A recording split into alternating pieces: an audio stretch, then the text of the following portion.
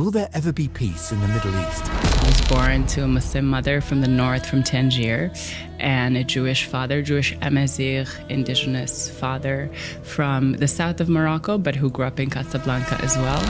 Chama Mechtaly is a trailblazing force working at the intersections of policy, culture, and activism. My upbringing was really an exercise of kind of wrestling with all of these identity questions and wrestling with the sort of hard fact that our history is not properly represented, not talked about in media, in culture, in our education system.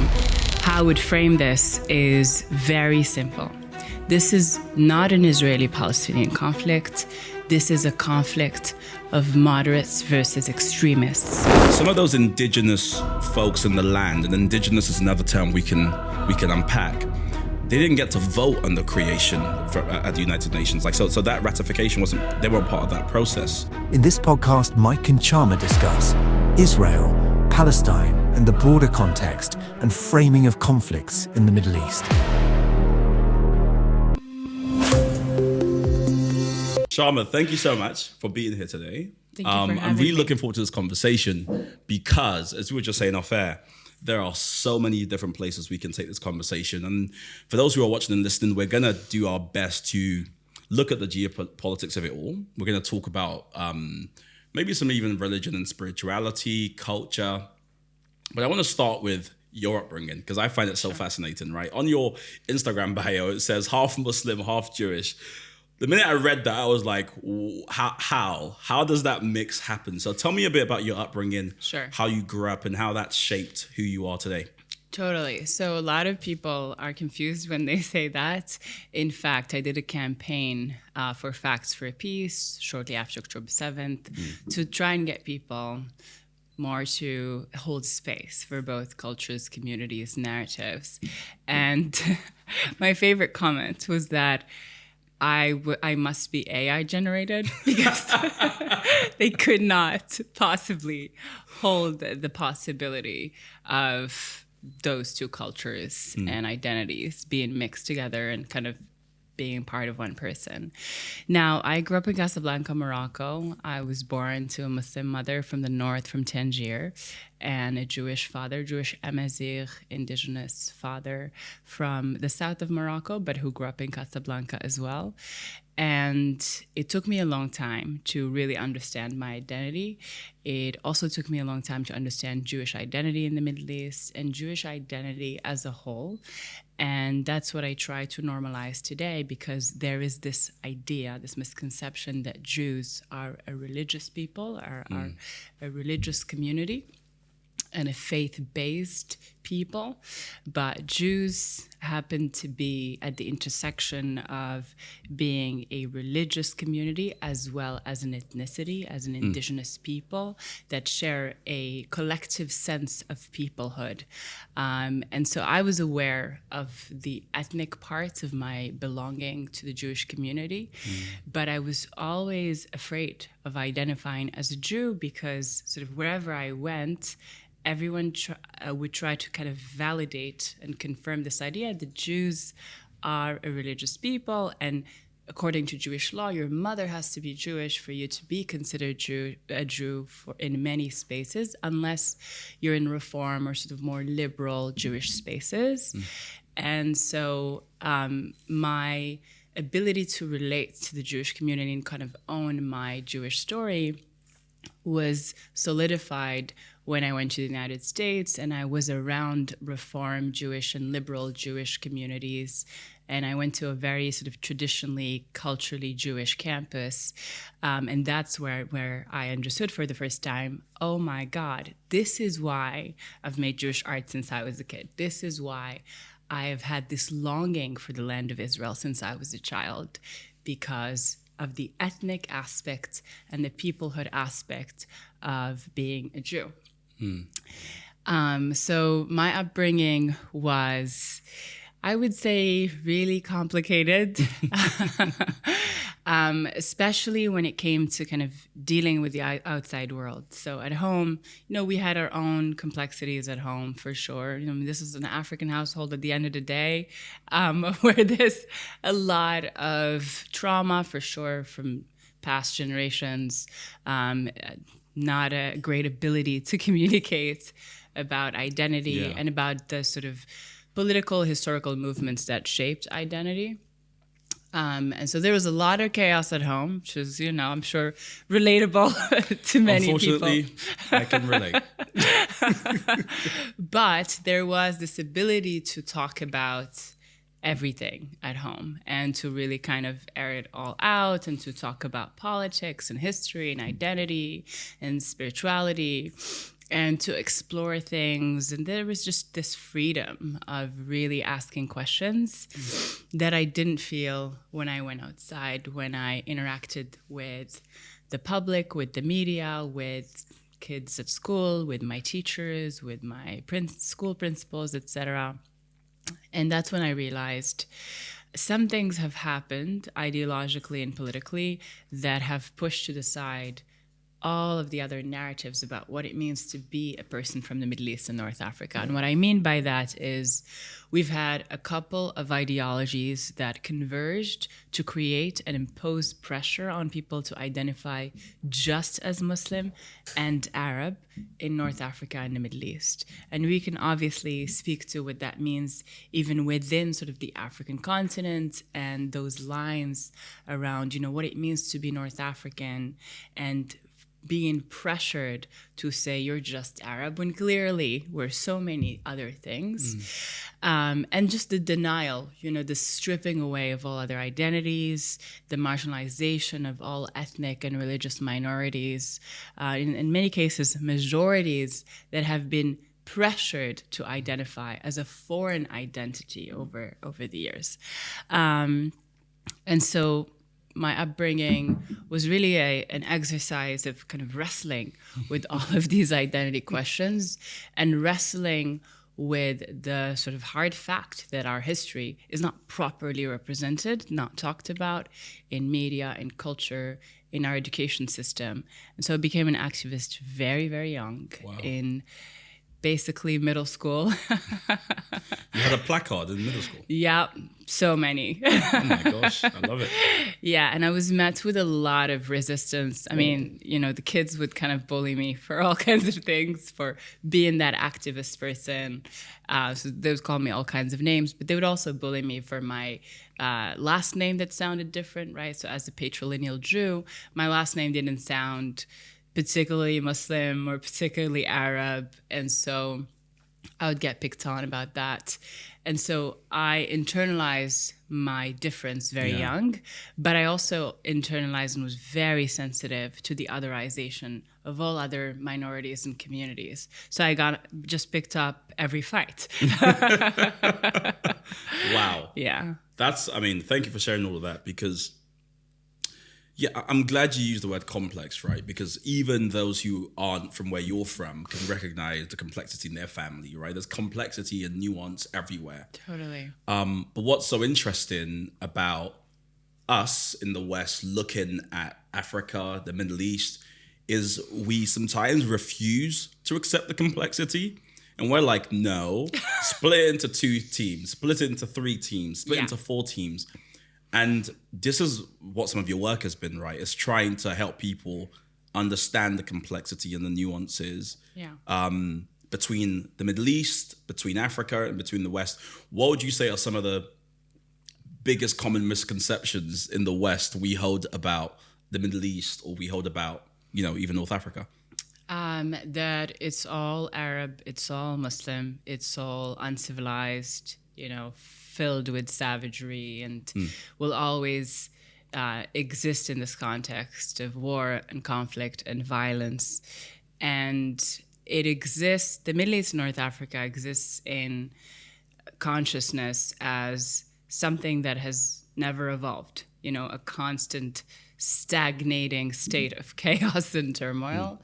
And it becomes really hard to even talk about it because people don't have the tools to understand that this has been a region that has been evolving for thousands of years, that has been shaped by migration for thousands of years, that has created multiple city-states, multiple civilizations, multiple beautiful capitals, beautiful hubs of diversity, of pluralism, of innovation.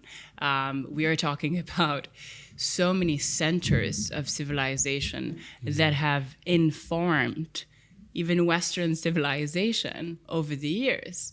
And so to completely gloss over that and pretend that this has always been a sort of a savage, barbarian area that does not produce anything, that has never produced anything worthy of recognition in the West, is not only just a historical inaccuracy and a mistake, but it just hinders people's abilities to actually even talk about the region, relate to the region. And I'll give you a basic example of this.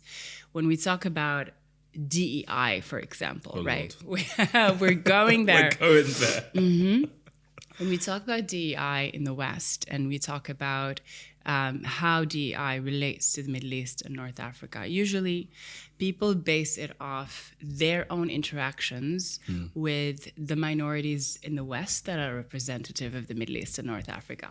So what does that mean?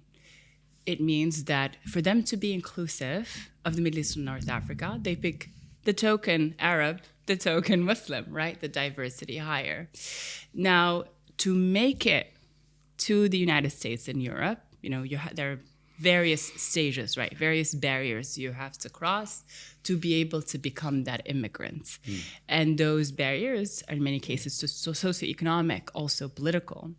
And so the people who actually make it to the West are generally, if they're Arab, representative of the pan-Arabist elite, right? So the Arab elite that identified with the pan-Arabist movement, which enabled it to receive certain opportunities and education abroad and, become more educated and access sort of better spaces and better avenues of upwards mobility. And the people who've become representatives of Muslims and Islam in the West in particular have benefited from this sort of Islamist movement that has platformed in particular voices that are supposed to represent a purist interpretation of Islam, right? And so what we end up doing when we pick these sort of tokenized representative samples of the Middle East and North Africa, based on the multiple barriers to entry in the first place to the West, is that we pick the hyper-privileged representation of the Middle East and North Africa, and we completely ignore all of the ethnic diversity, all of the minorities, the religious ethnic minorities of the region. So our DEI approach or intervention towards the Middle East and North Africa becomes so deeply flawed because it's centered and solely focused on the elite of the Middle East and North Africa. So see the problem? Gotcha. The exception's not the rule. You get the folks who, that's clear to me. I think having you here, I really want to help you. I think you can help our listeners and viewers by helping us maybe correct some of our framing, right? So clearly there is something about what we think about these regions that is distorted because of the distance that exists between us and them. I remember when I went to Israel for the first time last year, it was mind-blowing. I mean, the first thing that took me by surprise, and I'm a bit ashamed to admit this because I was thinking, why wouldn't you know this, Mike? But when we flew into Tel Aviv and I saw like a skyscraper, it literally blew my mind. I was like, there's skyscrapers here? I know what I thought. It's a conflict zone. For some reason, I just thought conflict zone, or I thought maybe, where Jesus walked, there's still the same guys selling, the odd boot or the odd, and it's like, So when I landed, I thought, oh my gosh, there's skyscrapers, there's guys with briefcases going to work. And I thought, wow, like I've never really, and what makes it doubly embarrassing is I'm super interested in conflicts and my whole thing is echo chambers and bringing people different perspectives together. So I've been studying this region. That's what's quite odd. I've been studying conflict and looking at Iran, Yemen, and Egypt, and I've never actually just considered what they actually feel like on the ground. So when I went to Israel last year, it was like reality meeting all these random ideas I had, and there was a collision that led to a massive sort of cognitive dissonance where I was just thinking, wow, you are so far away from this place, even though you've been studying it. Like you've been looking at it for so long, but you have no clue what it's actually like. And being there, there's so many things I can talk about. It totally shattered what I thought about the region. So as someone who grew up and has had so much interaction with that region, how should we properly be framing all the different conflicts that exist? Is it even conflict? I mean, how would you frame, that's a big question. Sure. But how would you frame some of the moving parts in that part of the world? Hey there, just want to say thank you for listening or for watching this podcast. We have a great desire to grow this podcast. And one of the ways we're going to do that is if you listening, follow, or if you are watching, you subscribe to the podcast. The faster it grows, the more guests we can get, but also the better the podcast gets. So please, just do me a favor, hit the subscribe button or the follow button. Back to the episode. Yeah, absolutely. Well, thank you so much for saying that and recognizing that huge gap between the reality on the ground and the representation in the media and in academic spaces and research spaces. And that's the biggest thing. This is why Israelis in particular are frustrated, as well as people from the whole region. And they keep saying, please just come see for yourself. Just please make the time and go against these movements that tell you that you should not even step into the region. You should not even step into Israel. But they're just saying, please come see it for yourself, because a lot of those ideas, those myths get dismantled the moment you land, the moment you speak to people, you interact with the vast wealth of diversity in Israel and in the region. Now, how I would frame this is very simple. This is not an Israeli-Palestinian conflict. This is a conflict of moderates versus extremists. And this is the biggest misconception. This is the biggest sort of turn that we took that took us away from finding solutions. Because if we're completely just focused on the conflict of identities, we're always going to be trapped, because our framework for how we understand identities in the region has been deeply flawed. And there's a legacy of Orientalism to blame for that. And there's also a legacy of re-Orientalism, meaning there are people that are from the region that are supposed to represent the region, but end up actually re-Orientalizing the region by focusing just on the Arab Muslim components of the region, completely neglecting everyone else, neglecting the Amazigh indigenous community of North Africa, the Kurdish community, neglecting the Druze community, the Yazidi community, the Eastern Orthodox community, right? Druze are the fascinating, Armenian by the way. community. Yes. So we'll get through all of that. But also neglecting Afro communities across the region, completely sidelining them in the conversation. So that's problem number one. If we are trapped in identity politics, we are never going to solve this.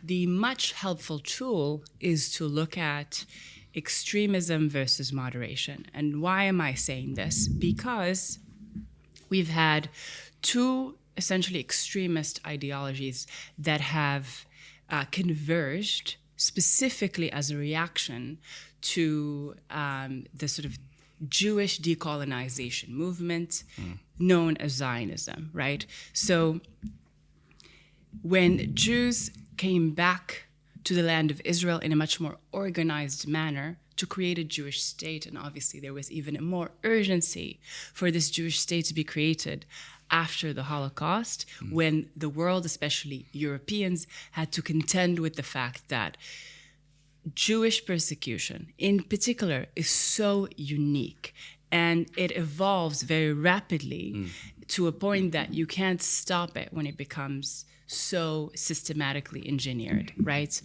And so the urgency was there. Now, Zionism obviously predates, modern Zionism predates the State of Israel's creation in 1948.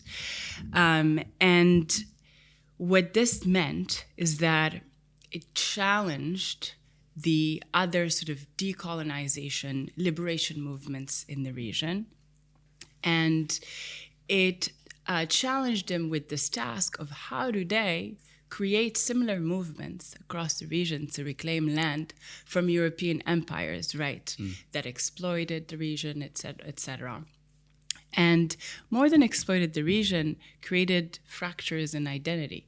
Before the British and the French empires and the Italian colonization of parts of North Africa, et cetera, and East Africa, we had the Ottoman Empire extending all the way to Algeria, modern-day Algeria, meaning we had a millet system under the Ottoman Empire that recognized the diversity of the region, that gave certain agency to different ethnic, religious minorities, certainly preferred certain minorities to others, put certain groups in charge more than others, which also fed into creating grievances that will later manifest in the region. But this millet system was actually the best thing that we've had in the region, because it gave some agency and authority and formal political representation to ethnic and religious minorities in the region in a way that British and French colonialism did not, of course. And so now comes this moment of nation-state building after the collapse of the European empires. And so everyone in the region is tasked and challenged with setting up new nation states, right? So Jews, as one fraction of that, as one group of indigenous people from the land of Israel, from the region, are tasked with creating that. It becomes accelerated because of the Holocaust, the 2 world wars, because of also the persecution of Jews in Arab lands, right? But everyone is essentially tasked with creating the same thing. When Israel is created, the Pan-Arabist movement frames it as an affront to other national movements in the region. Why? Because Israel shows an example of successful sort of land grab, land back movement, successful decolonization movement after European colonialism. And it exposes these vulnerabilities, these fragilities in terms of Pan-Arabism as a movement that is based on an Arab identity that is supposed to be unifying, but is actually so far away from the realities on the ground, because what is Arab identity, right? This is a whole other thing. If we just pause there for a minute, Yeah. and I just want to, if I was maybe from a different camp, I might say, so that framing I recognize and I understand, but what would you say? What would you say to someone who says, well, some of those indigenous folks in the land, and indigenous is another term we can unpack, they didn't get to vote on the creation at the United Nations. So that ratification they weren't part of that process. So they would say, actually, we understand the land sort of the going back to the land. That's one particular framing. But what about folks who say, well, we weren't consulted, nor were we part of the decision to have the Jews basically come back to the land? I mean, what would you say to that sort of argument? Because that's often what you hear said often. So meaning you're saying Palestinians would say, no one asked us if the Jews could come back. Correct. And whilst it was the Palestine wasn't a country in the same way you describe countries today, folks would say there was still a distinct people with a distinct identity that were quote unquote indigenous to the land. I'm just trying to put to you a different framing and see you could sort of interact with that. So my response to that would be, who asked Jews if they could be kicked out of their homes as well, right? And when we look at the history of Jewish persecution across diasporic experiences, right, whether it's in the Middle East and North Africa or in Europe, it's the same story over and over again.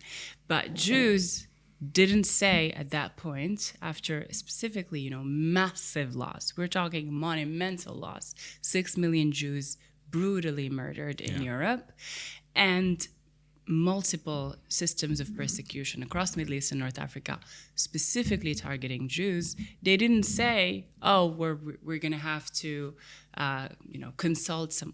There's urgency to protect lives, so you don't have time to consult people.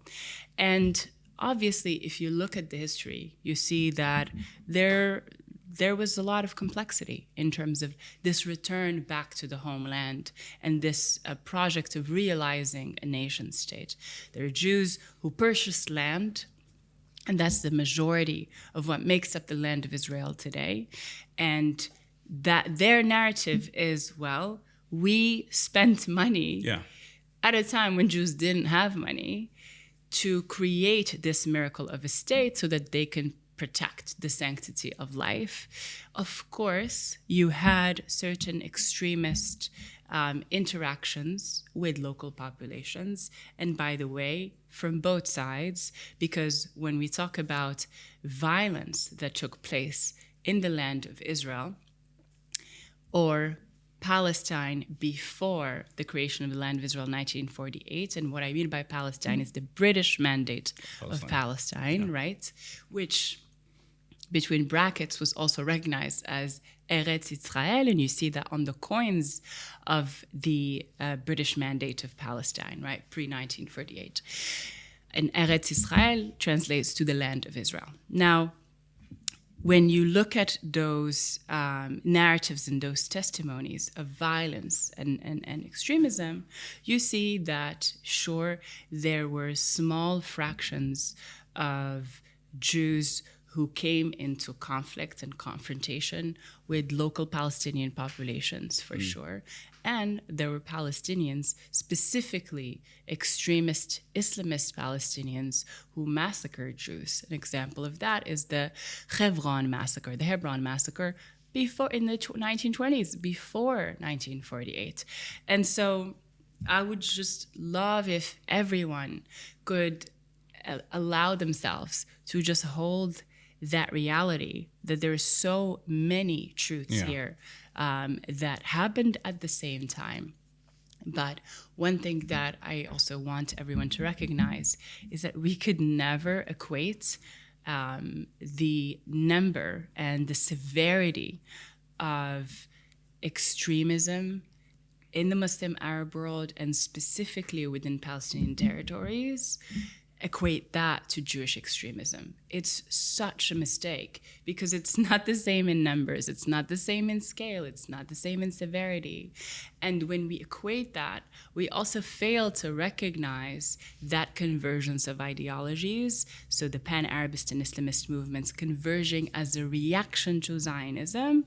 We fail to account for that reactionary extremism that came out of Jewish spaces, because they're constantly told that they're not allowed to even exist. This is really good. I mean, I love that framing of moderates and extremists, because I think I've looked at multiple framings. I mean, we love nuance on this podcast. Everyone knows that. I remember learning about the group of families that first bought what was essentially a barren land, which is Tel Aviv. And now you go to Tel Aviv and it's like a miracle. I mean, they bought it for pennies. And what they've done with it, of course, it's amazing. It's a miracle. So on one level, there's an argument to say, well, we have a right to this land because we purchased it. So you're going to refund us for the land if you're saying it's not ours. But also, if you look at the world, and this is really sad to say, but the reality is the way historically humans have kind of claimed land is through war. If you win the war, you get the land. It seems unfair, but you look at what's happened in Russia and Ukraine. If Russia prevails, they will take over Ukraine and they will change the name, and 100 years from now, we'll call Ukraine Russia. Totally. And that's what the UK has done. It's what America has done. It's what everyone's done. So on one level, there's also a case to be made that, okay, well, if you win a war, you have the land. I don't see a world in which you can just make a moral argument for people to just leave a land. That's not quite how it works. And so one of the things I want to speak to, though, is in getting into the nuance, as you just did, and hopefully you kind of explained to us, there is a certain intractability of this conflict that gets people going, oh my gosh, there's nothing we can do. I mean, it's kind of, not to trivialize it, but it's like, if you have, I have a niece and a nephew, and sometimes as they're telling you the story of who did what, you're just like, you know what, both of you, you're both done.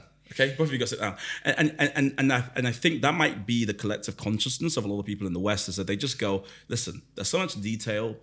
If I was sat here with a Palestinian person and a Jewish person, or someone a practitioner on both ends, they probably would mount very compelling cases for their side, so to speak. I even hate that term, but let's just use it for now. Sure. So what would you speak to when I bring up this topic of intractability and the fact that it seems so misty and foggy and all the details are so blurred, and it's kind of created this sort of malaise in most people where they go, nothing's going to change. Not my problem anyways. This is it. Right. The intractability is a lie, and it's perpetuated by organizations and systems and individuals that seek to deepen the problem because they are interested in chaos and turmoil in the Middle East and North Africa. Why? Because that sets the perfect environment for them to come into power, rise in power, consolidate power, and turn it into actually the empire, the project of empire that they have long sought. And you've mentioned this in Russia, Ukraine. Obviously, Russia has this sort of colonial, sort of empire-based mentality about restoring its place in the world, restoring its status in the world. There's this sort of deep wounding of where Russia was and where Russia should be, right? And the same thing with Turkey and Erdogan. Turkey, used to be the heart of the Ottoman Empire. We were such a strong empire. We lost our prestige, and we must get it back, right? And the Islamist movement is in direct, sort of a direct manifestation of that as well. We have a movement that has been colonial and deeply oppressive of minorities, and whether they're ethnic or religious minorities in the region, and in pursuit of creating more land and more influence, not just in the region, but all over the world, right? And these Islamist organizations, and I want to name and recognize, there's a big difference between Islamist ideology and Islam as a faith, right? And a big difference between political Islam and spiritual Islam, right? And I'm happy to go into that history and the transition from Mecca to Medina, etc. Oh my gosh, you're getting me excited. This is the kind of stuff I would love to talk about.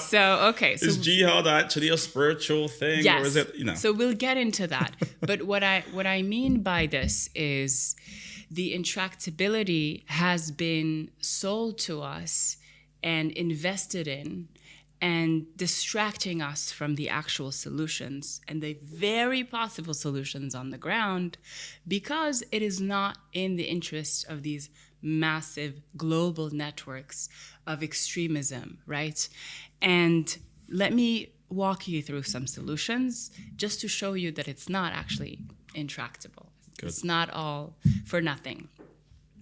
We have to first look at these extremist organizations, recognize their nefarious role in perpetuating extremism in the region and keeping us away from actual solutions on the ground. What do I mean by this? We have to dismantle, disarm, and paralyze all of these Islamist organizations, like the Muslim Brotherhood, like the IRGC, and all of their multiple allies and proxies and branches and essentially tentacles of terror in the region and now beyond, right? Now, even in the West. We have to paralyze these organizations, right?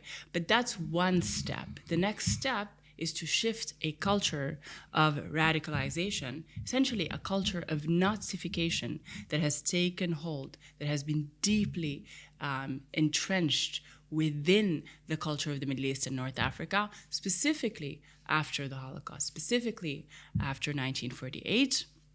And we must dismantle this culture of radicalization from the ground up, right? So this goes both ways. There's a top-down part of this. There's a bottom-up, culture shifting, grassroots movement mobilizing aspect to this. Now, the problem is the grassroots stuff, the peace building, has been completely hijacked by extremist organizations who claim they're there for peace, but their way of calling for peace is by isolating, delegitimizing, asking for the boycott, divestment, sanctioning of Israel.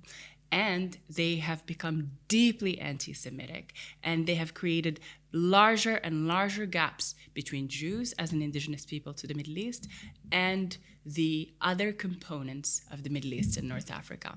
So this is really dangerous because it creates so many obstacles to any path for peace, right? Because it tells you that, one, we can't have peace with the people who are deeply indigenous, right? So, and whose right to the land, longing for the land, and synchronicity with the land is ancient, thousands of years old, right? Whose spirituality is completely based on the connection to the land. So it makes it even more existential. So where are these people going to go, right? Impossible. So we have to recognize that if we want to build peace on the ground and transition this conflict from intractable to actually really possible, to a path of positive, sustainable peace, right? We must dismantle the organizations and create the culture on the ground and nurture a new culture that normalizes Israel and the Jewish people as part of the Middle East and have always been a part of the Middle East and North Africa. And this is something I want to clarify even more. When we call for a ceasefire, we're calling for negative peace. We're saying, just lay down the arms right now, pick up the conflict again tomorrow when I have more of an appetite for it, because right now I'm exhausted and I just don't want to see things on the news. What we must call for instead is positive peace, right? Positive peace means to create the conditions on the ground that are conducive to long-term change, long-term de-radicalization, and setting the foundation for sustainable peace. This is, for me, very, very interesting because, what I think I told you at the start that one of the goals of this podcast is to really bring opposites together, right? And in an attempt that they might hear from the other side and reconsider or even just be better informed about their arguments, because I'm glad you clarified intractable, because I think the reaction to Trump when he tried to sort of posit Vladimir Putin as a sort of good guy, I was really happy to see, because it meant people were like, hold on a minute, I know this war's been going on for a while, but we're not going to just forget who the first mover was, who the aggressor is, who the quote-unquote bad guy is, and who the good guy is. That was helpful to me, because I really thought he would just rewrite history in front of our eyes and we will go, yeah, actually, Zelensky is the dictator here. And you kind of go, no. So clearly, there is appetite and people are willing to still maintain moral clarity when it comes to sort of, Ukraine and Russia. That willingness and appetite for moral clarity, I think, is kind of dissipated when it comes to the conflict in the Middle East. In that you've got people, you've got like gays for like Hamas or something. Gays for Gaza. Gays for, and you kind of go, what? And you got folks who were saying, well, actually, because of what Israel's done isn't what what Hamas doing, sort of them mounting a defense and et cetera, et cetera. As someone who's obsessed with framing, that's why I always look at any news story. I'm like, I want to see how this is framed. But I do want to put something to you, which is that, so you spoke about us recognizing these networks, recognizing these powers. Well, some might say, actually, I mean, couldn't you see the current Israeli government as one of these forces that it appears they're after peace? They said it, but their actions, whether it's the amount of Palestinians that's been killed, whether it's the amount of Palestinian children that's been killed, seems diametrically opposed to what they're saying. Like, what would you say to someone who says, well, they're the ones actually continuing this sort of reign of terror and keeping this conflict going, in that you've now got a whole group of young people who have been, probably some might say, forever radicalized because they saw their brother blown to bits, they saw their dad killed, and now this culture change you speak of, how is it possible when you have a whole generation of people who are being continually radicalized, even though you're calling for de-radicalization? Isn't the Israeli government's actions actually contributing to further radicalization in that region? So I would say that not everyone in the Israeli government understands that this de-radicalization is further perpetuated by an extension in war. And that's why you see Israel's allies in the Middle East, right, the Abraham Accords countries, who have normalized the relationship with Israel and speak to Israel and with Israel in a very different tone than countries that are referred to as sort of the axis of resistance, that are pushing this anti-Zionist narrative around. And the reason for that is because the countries of the Abraham Accords really understand radicalization and have had to deploy so many strategies internally, so domestically as well as regionally, to de-radicalize cultures. And this has been the case in particular since the Arab Spring, which brought out, lifted the lid over the systems of extremism across the region. Happy to go into that further. The reason why I started there, I think it's really important that Israeli government officials, even when they say certain things, they take into consideration the potential of that rhetoric to radicalize people further, especially because the conflicts exist and Israel exists in this backdrop of enemies everywhere across the region and in the world that are picking up that rhetoric and blowing it up. And specifically, I'm looking at Al Jazeera, for example, or AJ Plus, which picks up that rhetoric and blows it up as the sole representative of Israel and Israelis at large. Now, in terms of extremism within the Israeli government, we have a few members in this coalition. And let's remember that the Israeli public was protesting this government for about a year after it was formed, until October 7th, and continued to protest this government, as everyone can see, because they felt that it was becoming less and less democratic, and it was challenging the very fabric of Israel as a democratic nation state that is diverse and pluralistic, and that truly has absorbed all of the diversity of the Middle East and North Africa. And I think that's precisely the miracle of Israel that needs to be shown to the world, is that it truly is a reflection of the diversity of the region across thousands of years.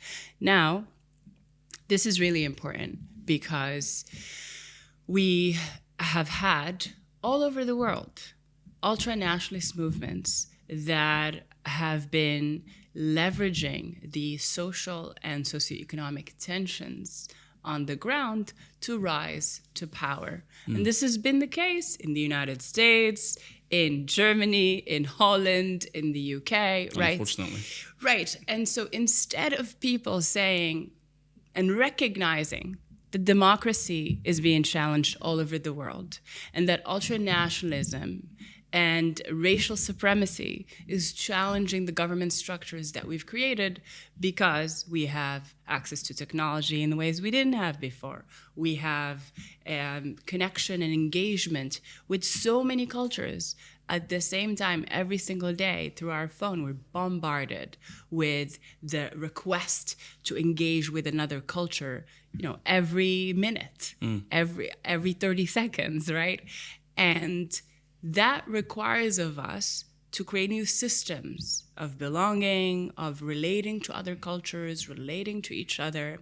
And so, of course, our political structures and social and socioeconomic structures are being challenged. But what I ask of the world, and this is where things go wrong, is that instead of seeing it as a pattern that is global and that is very specific to democracies in general, we are showing these double standards when it comes to Israel. And people must recognize that that is a result of anti-Semitism, because Jews have always been subjected to severe double standards and expected to always be the exception. And this is normal for minorities in general, right? I'm sure you can relate. As a minority in the UK, you're always held to this insane double standard. You have to do more than everyone else to show that you're human enough. This is precisely what Israel goes through in the Middle East and all over the world. And when it comes to the war and the numbers of casualties of civilians, of children who have been murdered, of course, all of that is tragic. There's not one person in Israel that I speak to who is not so clearly traumatized, clearly affected by this war, by the casualties of this war. You've seen protests since last year consolidated even more, growing even more, because one, people are wiped. People are exhausted. They don't want to be in a constant state of war, rockets falling down on them.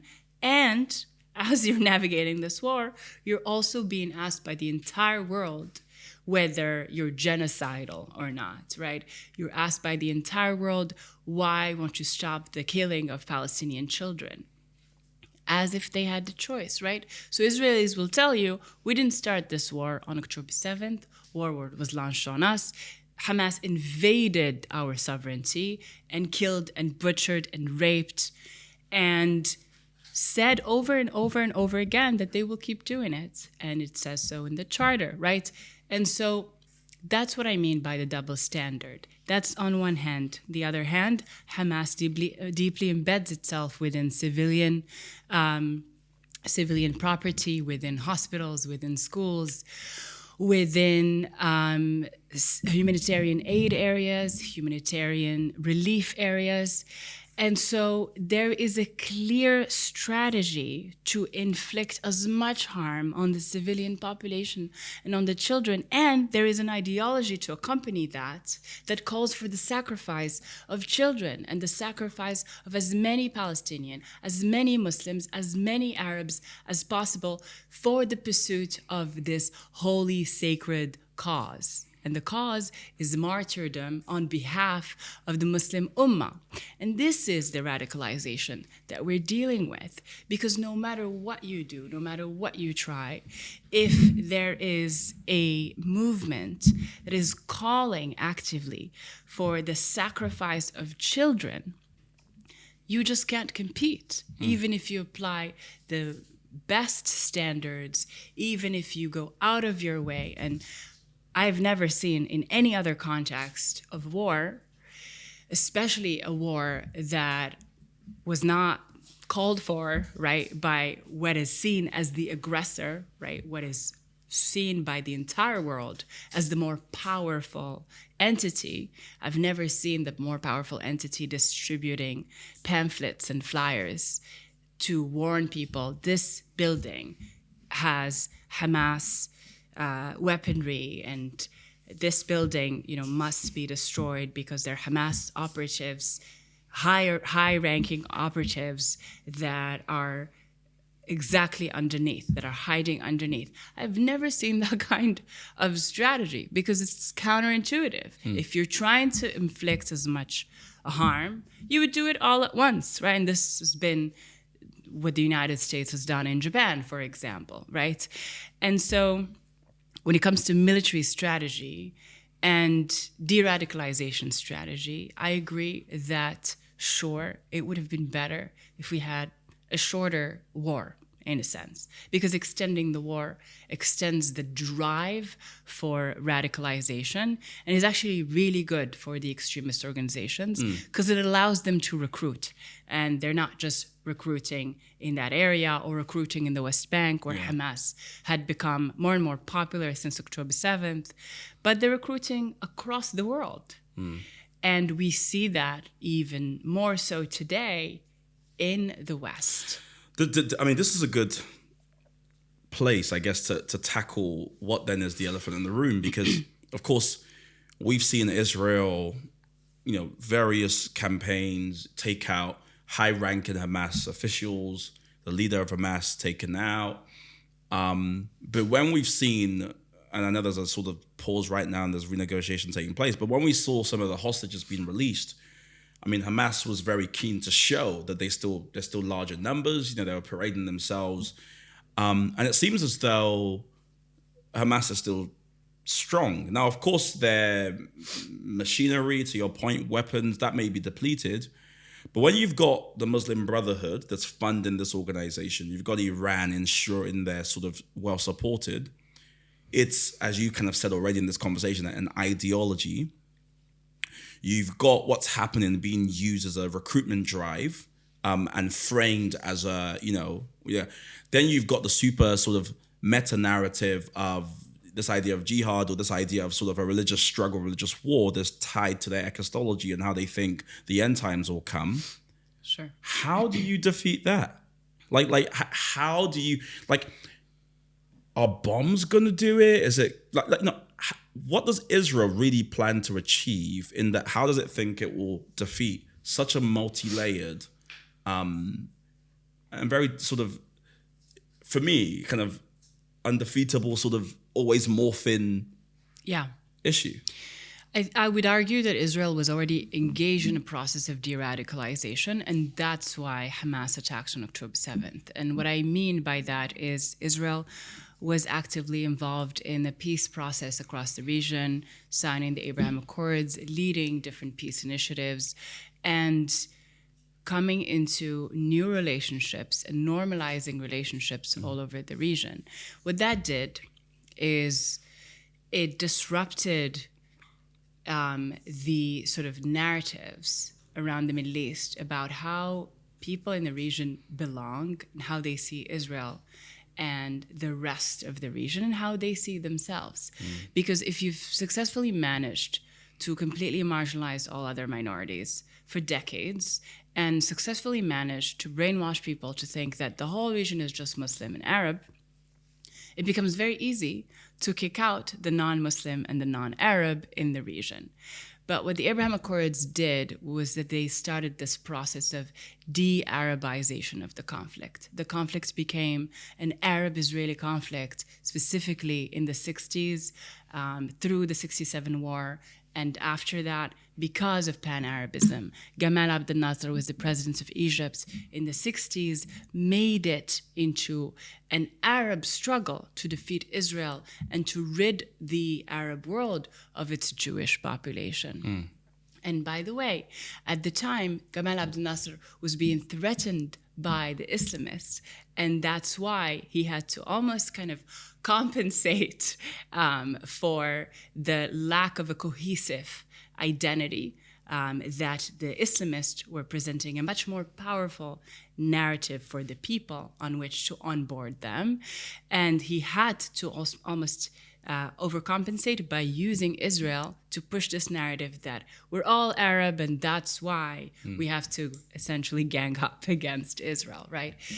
Now, this is really important because the de-Arabization of the conflict meant that we were sort of chipping away in this big boulder of issues that were attached to Israelis and Palestinians and creating more space for conflict transformation towards eventually a resolution.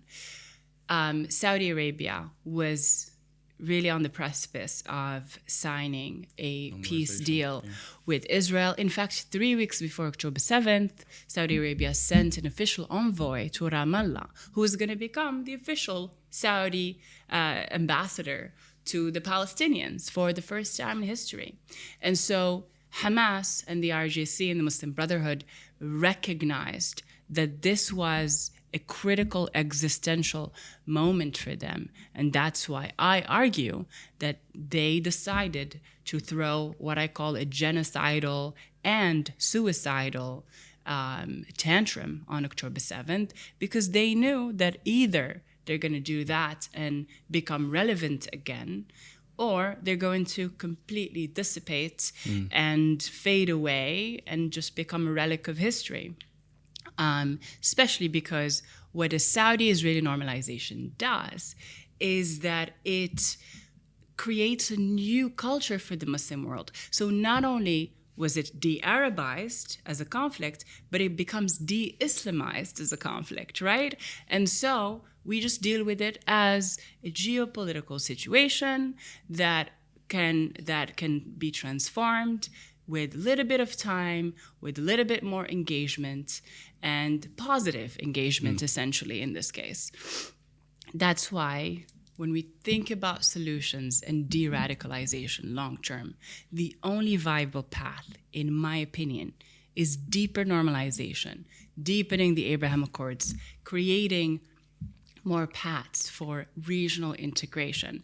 Because, as I mentioned earlier, we've had peace organizations, right, between brackets, because they're not really peaceful, but we had organizations that speak the language of peace, that tell us that we're not supposed to engage with Israel and Israelis, right?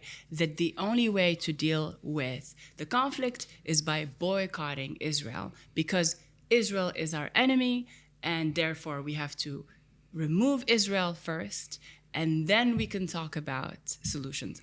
What solutions? They offer us no path, by the way. There's no vision whatsoever. They are stuck in a genocidal call from the river to the sea. That's what they're selling us, which is an Islamist call. This is exactly a manifestation of what I call the Red-Green Alliance. So the marriage between the extreme progressives, right, the Marxist leftists, and the Islamist movement. And there's a long history and philosophical ideology to this, and happy to go into that. But effectively what we ended up with are calls to delegitimize Israel and isolate Israel, and to disable any attempt of peace in the region. So what is the natural response to that if you want to eliminate all the bad actors, not just the bad faith actors, but actual bad actors? The only effective strategy is to normalize, because then you have people going to Israel, you have Israelis going to the rest of the Middle East, you have more Arab-Jewish conversations, and therefore more possibilities for dialogue and conflict transformation. And do you believe in this? Do you have this vision with a Palestinian state, a fully autonomous Palestinian state? Or do you, I mean, what's your sort of, I know a two-state solution is one of those blunt instruments where you're like, what do you mean by that? But you know, would you say that's where you sit, or do you have another idea about how that region is? So I'm part of two-state solution organizations, part of the Israel Policy Forum, which is two-state policy and sort of think tank institution that has been, lobbying and creating conversations and allies for a two-state solution. Now, what I think in terms of a resolution to this conflict is not so relevant, because we have so many changing dynamics and I can't actually predict what's going to happen. But I'll tell you what I think in the spirit of transparency and creating more nuance. Good. We like transparency. I think that Hamas, unfortunately, and this is why I called their actions on October 7th, their massacre, both genocidal and suicidal, I think Hamas brought the Palestinian issue back to the table after the Abraham Accords, which people showed concern that Palestinians were being sidelined, which is not true, and happy to go into why. But I think Hamas brought back the Palestinian issue to the table only to remove it for good. And it's really horrific to think about. But Hamas has effectively instrumentalized, used, abused the Palestinian people for their ideology, which is an Islamist ideology, a genocidal ideology, and an oppressive, repressive ideology that has hurt Palestinians the most, as well as hurt Israelis and other people in the Middle East. And it's really unfortunate to see where we are in this war today, because it's not just how the war has played out in the Middle East, but it's also the moment where we find ourselves politically all over the world, with the Trump administration also coming back to the United States, and with decades of paralyzed peace processes, right? Failed peace processes and multiple stakes and stakeholders, multiple actors who, even though had all the incentive to resolve this conflict, were not interested in solving it. And so what we're seeing with the Trump administration, for example, and I know a lot of people are reacting to this idea of a Riviera in Gaza, of course. They're reacting to the possibility of the displacement of all Gazans out of Gaza, and essentially the disappearing fate of Palestinian sovereignty, right? I know that that's a really difficult thing to contend with and to see unfold. I think what the Trump administration is trying to do, this is not, I'm very nonpartisan, not in defense of anyone. I look at the facts on the ground.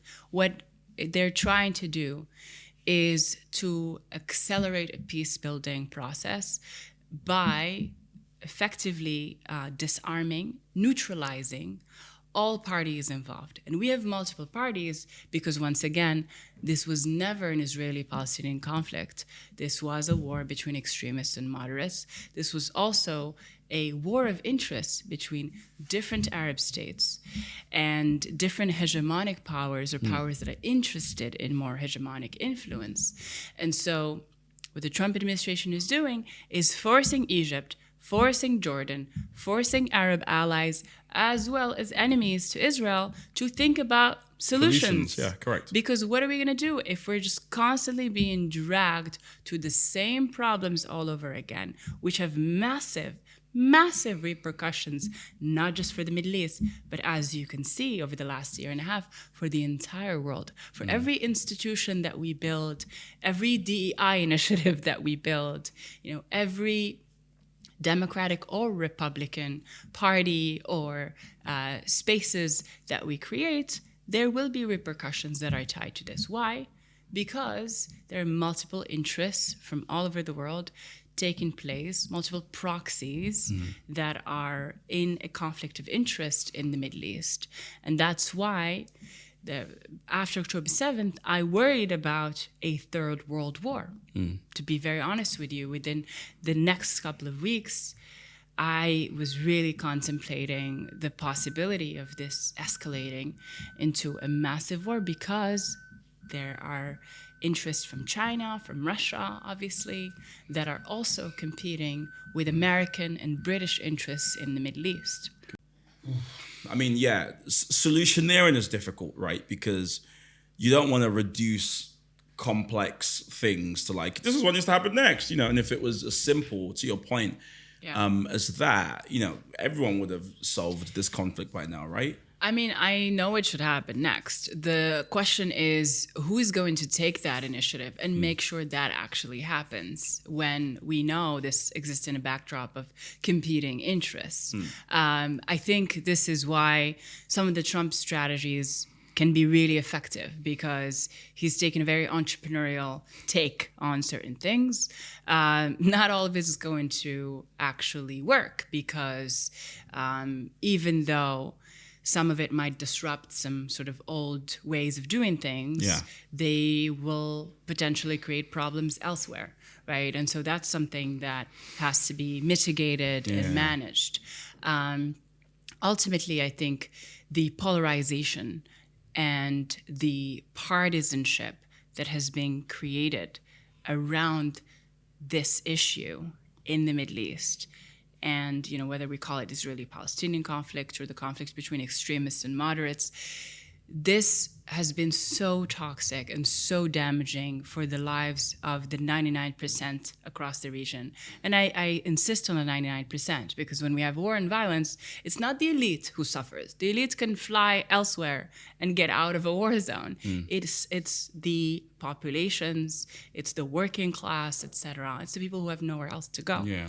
And when Republicans and Democrats pick and choose and polarize the conflict and interact with the leadership of Israel and the Arab world in a very partisan way, that sets everyone up for failure. Because what we need in the region is a non-partisan, solutions-oriented approach that takes into account the very hard fact that in order to change the culture and the politics of the region away from conflict and radicalization, we need a twofold approach, a top-down approach and a bottoms-up approach. And a non-partisan take on this conflict can bridge those two. And traditionally, especially in recent decades, we've had Democrats in the United States championing the sort of bottom-up, the grassroots mobilizing, the peace-building movements, the sort of Palestinian agency, even in simple like rhetoric and many times in initiatives as well. But those initiatives have fallen short because they've also have been hijacked by Islamist organizations and Islamist narratives and essentialist and reductivist narratives around what agency means and looks like on the ground. They've also been sort of outsourcing to humanitarian aid organizations that have become riddled with extremism and nefarious actors, right? And so we've had Democrats kind of taking ownership of the bottom up, and we've had Republicans taking ownership of the top down.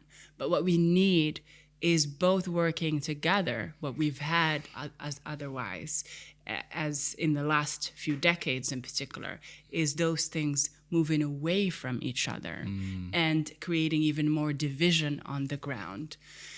It's odd because it feels as though, what you're almost saying is when you've got this intractable is the wrong word, when you've got this multi-layered and complex sort of thing going on that's been happening for a long time, you almost sometimes need like the injection of just like a random perspective.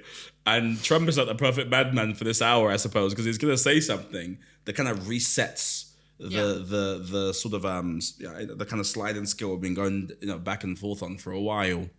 Totally. This has been so great, Chama. I mean, I know some people listening and watching will be curious as to just where your information's from, like what's shaping your thoughts, what's influencing how you think. Of course, a lot of it is your lived experience, but I just want to do a quick fire round almost, just to find out a bit more about you. Let's do it. And I guess where some of these things come from. So the first thing is, what's one book that you would say has really changed your perspective or shaped your mind? I know it's hard to pick one, but what would you say is one? There's a couple that really shaped me when I was really young, and I think that set a foundation for me through which I understood, progressive movements, through which I understood how to fight for sort of freedom with a bigger F, liberty with a bigger L, right? The first one is Voltaire's Candide, which was Voltaire's philosopher of the Enlightenment, French philosopher. I picked this up when I was in middle school, and I remember with each page realizing that I was kind of living through a similar reality where people would rather kind of cling to these distortions of the facts and cling to myths and illusions because it made them feel better about themselves or about their identities. And the book really kind of shows the absurdity of that approach. And so I think it made me into a pragmatic thinker, really young. The other one is definitely, I mean, any book by Jean-Paul Sartre or Simone de Beauvoir.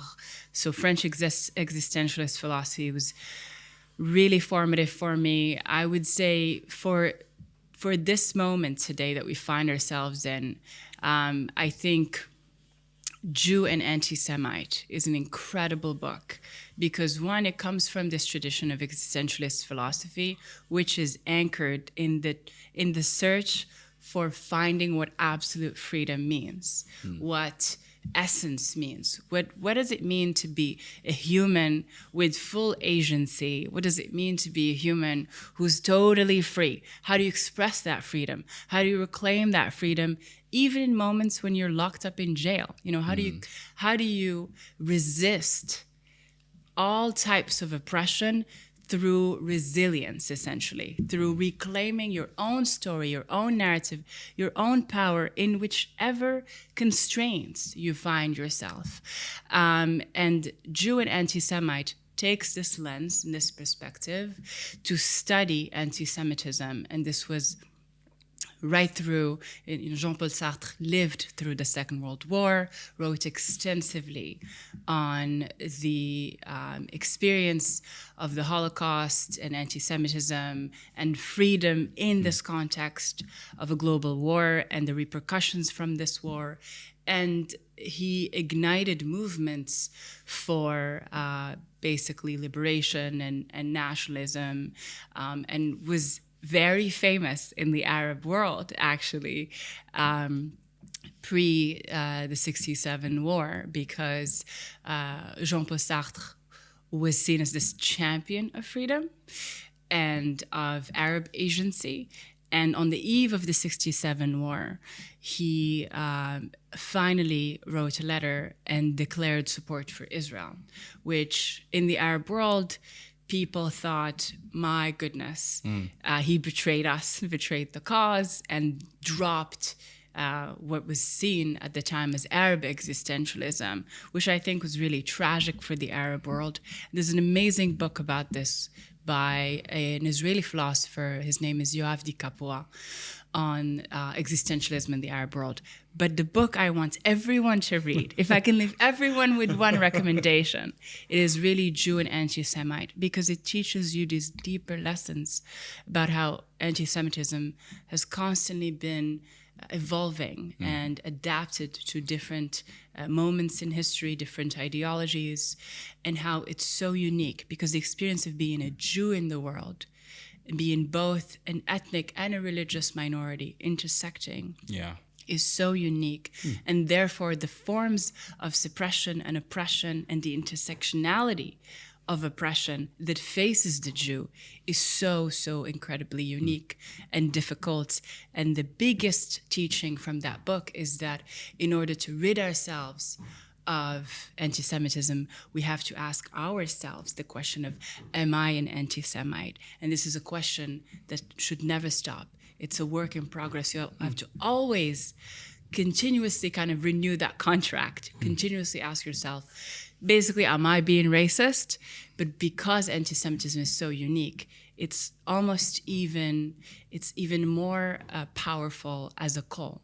And this is why it's really interesting also, because in asking that question, we're not only perfecting ourselves and our interactions with the world, but we're perfecting our societies. We're perfecting the institutions that we create, because we have to confront the injustices that were created all around us. And that's why Jews have been champions for social justice movements all over the world. They've been champions for the civil rights movement, for ridding society of systems of oppression, of abuse, whether it's coming from capitalism or communism, whether it's coming from systems of slavery or human trafficking, whatever it is. And so, number one recommendation. Those are good recommendations. Yeah. I'm also curious to know. So, I mean, you're a visual artist. I know we haven't got a chance to speak about that a lot, but where does your creativity come alive the most? Would you say Dubai or New York? Wow, that's such a great question. Wow, I recently did, and I don't know which part of your audience is going to connect with this, but I recently did like an astrological mapping, like astrocartography, basically exercise of finding out where is my creativity most sort of ignited. And it's actually the UAE and Oman. And I was fascinated to see that because you would naturally think it's New York. But New York provides me with a deep sense of like home and belonging. It's so third culture.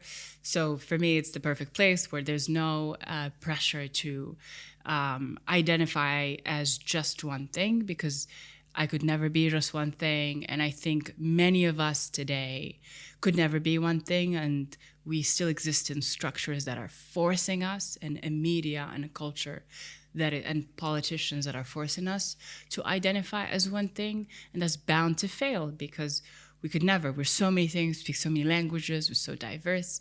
And so we have the choice to either say, okay, well, we're gonna embrace this multitude and go forward as a globalized people and create new systems of belonging, or we can say, well, we cannot do that anymore. We're being challenged with politicians and systems that don't want to meet us where we are, and civilization will decay and will suffer as a result.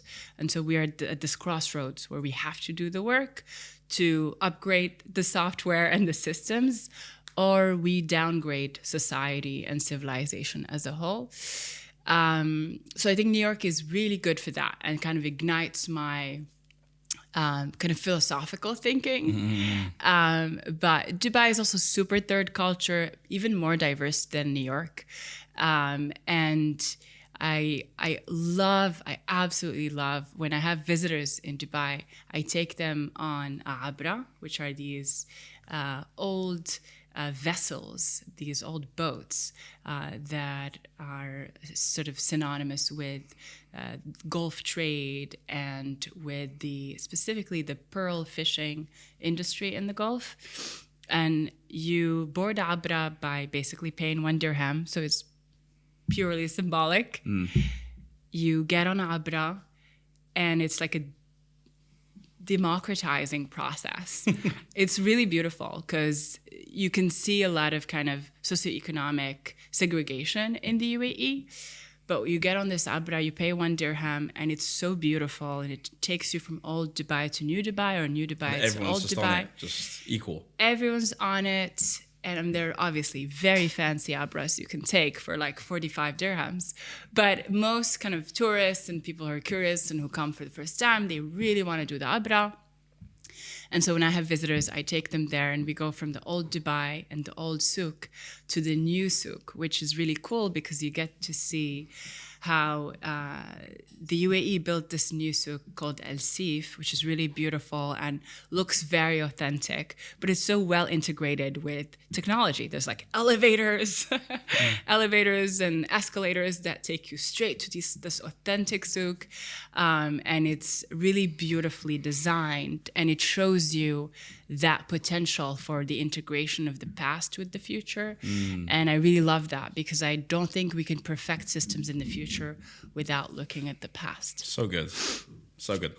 Well, I want to end with this last question, which is I want to ask you to speak to your 20-year-old self. So if you could talk to your 20-year-old self, I don't know if you can remember your 20, what were you doing? Who were you? If you could speak to that person, this is a sort of final question, whether it's about this or anything, what would you say to that 20-year-old self? So I'm 32 today. Today? Well, not today. Oh, okay. I was going to say this is the first time we've had a birthday. No, imagine that. You would have had crazy. to deliver a birthday cake right away. No, my birthday is on July 4th, so I'm very anchored in freedom and liberty. But not by choice, clearly. Yeah. But so I'm 32 now. And if you asked me when I was 20 years old, what would I have needed to hear at the time is to just trust myself more, trust my voice more, trust my insights more. I was always like the quiet kid in the corner who was observing everything and processing everything. And essentially kind of needed safety around me to really talk more and kind of vocalize what in my brain I was kind of integrating and processing. And so I wish I just really trusted my insights at the time, because I was always fighting for the same mission since I was a kid, really anchored in this purpose, in this drive for bridging communities and for creating a new world, creating new homes, new systems of belonging, and creating these third spaces where we can have both safety and nuance and propel society forward that way. But when you're 20 years old, I'm also the youngest of four.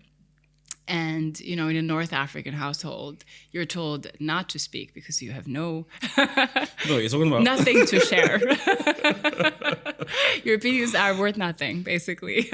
And so if I could have been told at 20 that you can just trust your voice and continue to learn, continue to trust your instincts and your vision and the way you see the world, I would have really benefited from that, because I ended up kind of going on so many adventures and almost kind of sidetracking, which all leads to who I am today, and I wouldn't change it for anything.